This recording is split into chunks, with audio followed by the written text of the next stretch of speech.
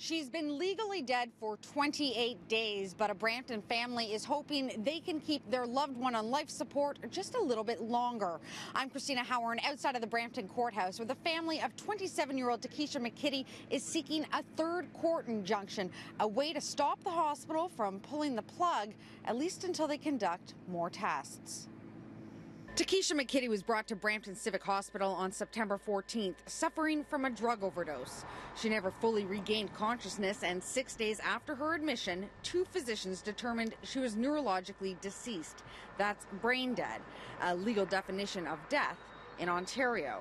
She's been on life support since, and her family claims she's made improvements. They point to videos of Takesha moving her legs, her toes, her torso, weeks after she was declared dead, as proof.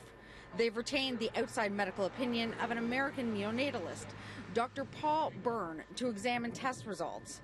Now they want another injunction so that he can conduct a 72-hour test that involves filming her so they can determine if her movements are signs of consciousness or simply spinal reflexes. In his testimony, Byrne said she has lots of movements with her legs and lower body. It's not a simple reflex, it's more than that. Adding, "I've never seen a cadaver do anything like that." He doesn't believe that brain death is actual death and admits that he wouldn't declare somebody dead if their heart was still beating and they were still breathing, even with the assistance of a ventilator.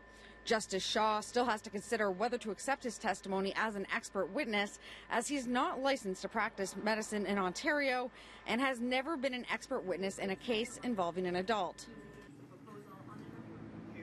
Now, the hospital has repeatedly declined comment on this case. They are, after all, named in this legal action. But in the past, they've told us that their physicians use recognized standards and practices when making the determination of a neurological death. Now, the case resumes tomorrow, where we're expected to hear from other physicians.